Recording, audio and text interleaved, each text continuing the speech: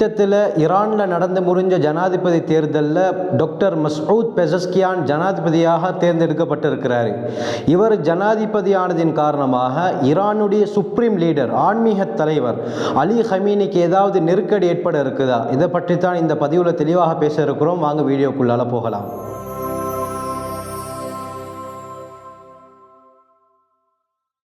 அல்ஹம்துலில்லாஹி ரப்பில் ஆலமீன் அஸ்ஸலாத்து வஸ்ஸலாமு அலா ரசூலில்லாஹி அம்மா பஅத். கண்ணியத்திற்குரிய இறைவனின் நல்லடியார்களே, அல்லாஹ்வின் சாந்தியும் சமாதானமும் என்றென்றும் உங்கள் மீது உண்டாவதாக. எங்களோட புது சேனலான ஏஎஃப்கே இஸ்லாமிக் வேர்ல்டின் மூலமாக உங்களை சந்திப்பதில் நான் பெருமகிழ்ச்சி அடைகிறேன். சேனலுக்கு ஃபர்ஸ்ட் தடவை வந்திருந்தால் மறக்காமல் சப்ஸ்கிரைப் பட்டனை ப்ரெஸ் செய்து பக்கத்தில் இருக்கக்கூடிய பெல் ஐக்கானில் உள்ள ஓல் என்பதையும் கிளிக் செய்து கொள்ளுங்கள். அப்போ தான் நான் தொடர்ந்து போடக்கூடிய வீடியோக்கள் உங்களை வந்தடையும். எங்களுக்கு தெரியும், கடந்த மே மாதம் ஈரானுடைய முன்னாள் ஜனாதிபதி இப்ராஹிம் ரயீசி அஜர்பைஜானுக்கு போயிட்டு வரக்கூடிய நேரத்தில் ஹெலிகாப்டரில் கோளாறு ஏற்பட்டு அந்த விபத்தில் அவர் மரணமடைகிறார். மரணமடைஞ்சதுக்கு பின்னால ஈரானுடைய அரசியல் அமைப்பு படி 2 மாதங்களுக்குள்ளால அடுத்த ஜனாதிபதி நியமிக்கப்பட வேண்டும் என்ற நோக்கில் கடந்த ஜூன் மாதத்தில் ஜனாதிபதி எலெக்ஷன் ஆரம்பமாகிச்சு. இந்த ஜனாதிபதி வேட்பாளராக 4 பேர் களமிறங்கினாங்க. அதில் முக்கியமானவர்கள் ஆளும் கட்சியை சேர்ந்த சயீத் ஜலீலி, அதே போல சீர்திருத்தத்தை ஆதரிக்கக்கூடிய டாக்டர் மசூத் பெசஸ்கியான். இவர்களுக்கு மத்தியில் போட்டி நிலவியது. என்ன இருந்தாலும் ஜனாதிபதி எலெக்ஷனுடைய முதல் சுற்று ஜூன் மாதம் கடைசியில் 28ஆம் தேதி நடைபெற்றது.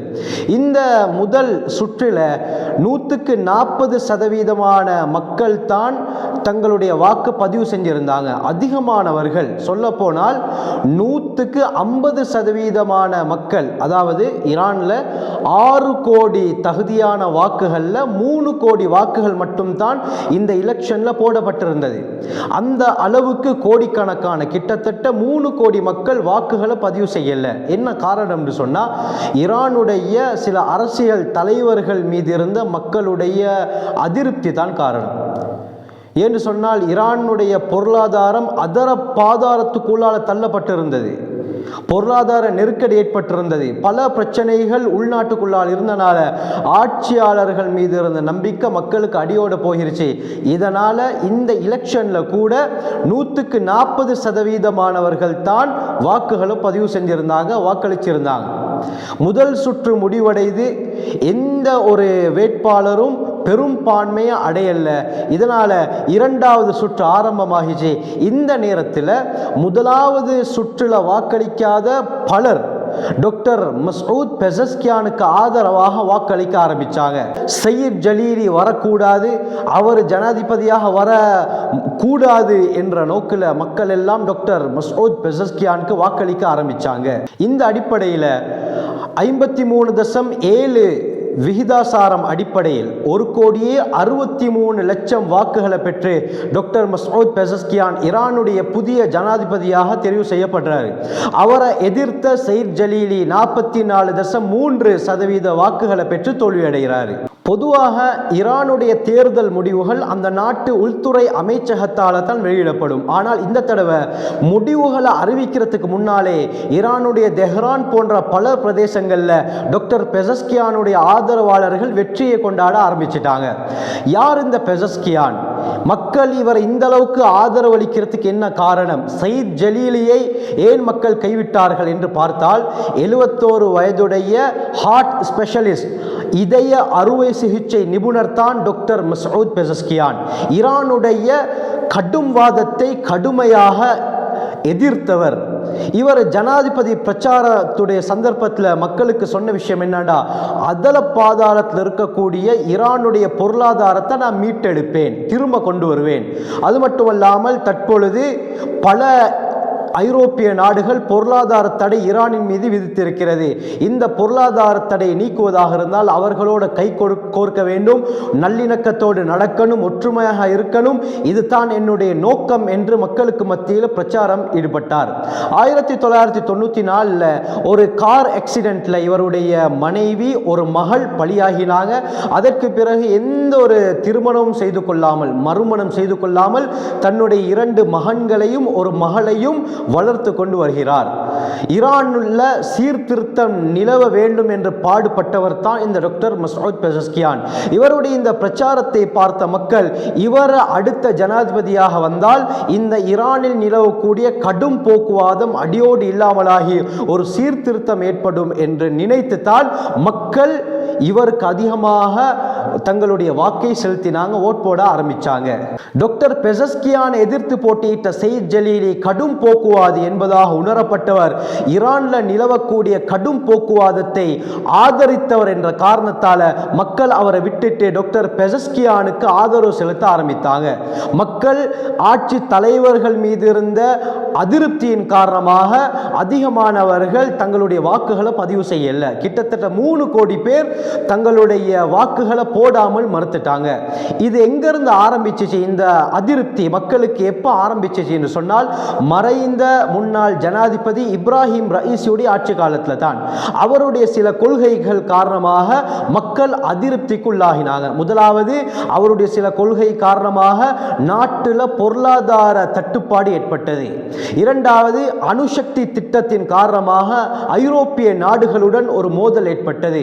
மூன்றாவது, இஸ்ரேல் பலஸ்தீன் அந்த யுத்தத்தில் இஸ்ரேலுக்கு எதிராக பல தாக்குதல்களை நடத்தியதால ஐரோப்பிய பல நாடுகள் ஈரானின் மீது பொருளாதார தடை விதித்தது.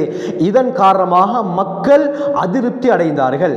இந்த சந்தர்ப்பத்தில் தான் இப்ராஹிம் ரயீசியுடைய மரணம் ஏற்பட்டு அடுத்த ஜனாதிபதி எலெக்ஷன் நடக்குது.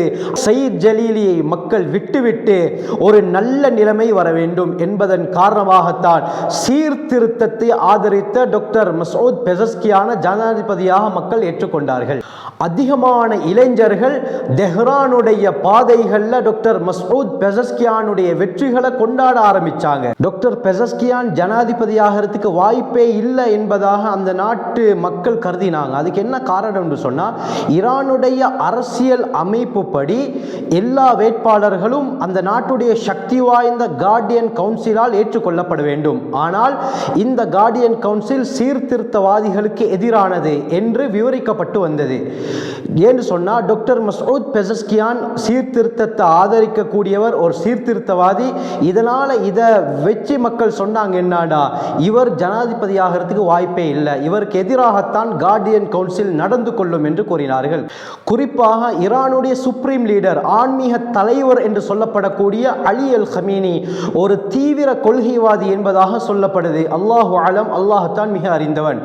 இவருக்கு ஆதரவு தர மறுத்தவர்கள் அரச அதிகாரத்தில் இருந்து விலக்கி வைக்கப்பட்டார்கள் என்றும் அந்த நாட்டு ஊடகங்கள் சொல்லுது.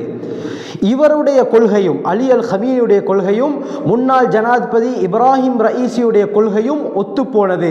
அலி அல் ஹமீனி சொல்லக்கூடிய விடயங்களை தான் இப்ராஹிம் ரயீசி எடுத்து நடந்தார், அமுல்படுத்தினார். இதனால் இந்த கடும் போக்குவாதத்தை மக்கள் எதிர்த்தார்கள், அதிருப்தி கொண்டார்கள் என்பதாக ஊடகங்கள் சொல்லுது.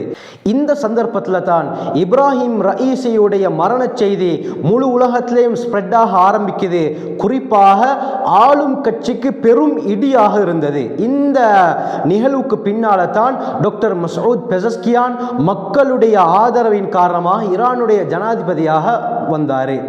இப்போ அரசியல் நிபுணர்கள் என்ன சொல்றாங்கன்னு சொன்னா, இவர் ஜனாதிபதியாக வந்தாலும் ஈரானில் மாற்றங்களை ஏற்படுத்த இவரால் முடியாது என்று சொல்றாங்க. அதுக்கு என்ன காரணம்னா, அரசியல் முடிவாக இருக்கலாம், முக்கியமான எந்த முடிவாக இருந்தாலும் அந்த நாட்டு சுப்ரீம் லீடர் அலி அல் ஹமீனி தான் முடிவெடுப்பார். அவருடைய முடிவைத்தான் எல்லோரும் அமுல்படுத்துவார்கள் என்று சொல்லப்படுது. அந்த நாட்டு அரசியல் நிபுணர்கள் என்ன சொல்றாங்கண்டா, உச்ச தலைவர் அலுவலகம், கார்டியன் கவுன்சில், உச்ச தேசிய பாதுகாப்பு கவுன்சில்ல ஜனாதிபதிக்கு பவர் கிடையாது, அவருக்கு அந்த இடங்களில் செல்வாக்கு கிடையாது. இதனால் டாக்டர் மசூத் பெஸஸ்கியானுக்கு ஈரானிலே மாற்றங்களை கொண்டு வர முடியாது என்பதாக கூறுகிறார்கள். சிலர் சொல்றாங்க, என்னண்டா மக்களுடைய ஆதரவு இந்த டாக்டர் மசூத் பெஸஸ்கியான் பெசஸ்கியானுக்கு இருக்குது. அதனால் இந்த இடங்களிலும் அவருக்கு செல்வாக்கு ஏற்படுத்த முடியும் என்று சொன்னார். அவர் பிரச்சாரத்திலே சொன்ன முக்கியமான ஒரு விடயம்தான், அதல பாதாளத்தில் இருக்கக்கூடிய ஈரானுடைய பொருளாதாரத்தை நான் மீண்டும் கொண்டு வருவேன் என்று அவர் உறுதி கொண்டிருக்கிறார். இதனால் அதிகமான மக்களுடைய சப்போர்ட் டாக்டர் மசூத் பெசஸ்கியானுக்கு இருக்குது. மக்களுடைய சப்போர்ட்டை விட ஒரு சக்தி வாய்ந்த சப்போர்ட் உலகத்தில் எதுவும் கிடையாது. அதனால் அலி அல் ஹமீனியுடைய பதவிக்கு நெருக்கடி ஏற்படலாம். இவருக்கு செல்வாக்கு செலுத்த முடியாத பல இடங்களிலும் செல்வாக்கை செலுத்தி ஈரானுக்கு மறுமலர்ச்சியை ஏற்படுத்தி தர முடியும் என்பதாக சில நிபுணர்கள் கூறுகிறார்கள். இது எந்த அளவுக்கு சாத்தியம் என்பதை பொறுத்திருந்து தான் பார்க்க முடியும். இவர் அந்த கார்டியன் கவுன்சில், தேசிய பாதுகாப்பு கவுன்சில், உச்ச தலைவர் அலுவலகத்தில் இவருடைய செல்வாக்கு நிலைக்குமா, பவர் கிடைக்குமா, அலி அல் ஹமீனிக்கு நெருக்கடி ஏற்படுமா என்பதை பொறுத்திருந்து தான் பார்க்க வேண்டும். இது போன்ற சுவாரஸ்யமான விடயங்களை நீங்கள் அறிந்து கொள்ள வேண்டுமா? நம்முடைய சேனலுக்கு சப்ஸ்கிரைப் செய்யுங்கள், மற்றவர்களுக்கும் ஷேர் செய்யுங்கள், மிக பயனுள்ளதாக இருக்கும். ஜஸாக்குமுல்லாஹு கைர். வாஹிரு தஅவானா அல்ஹம்துலில்லாஹி ரப்பில் ஆலமீன்.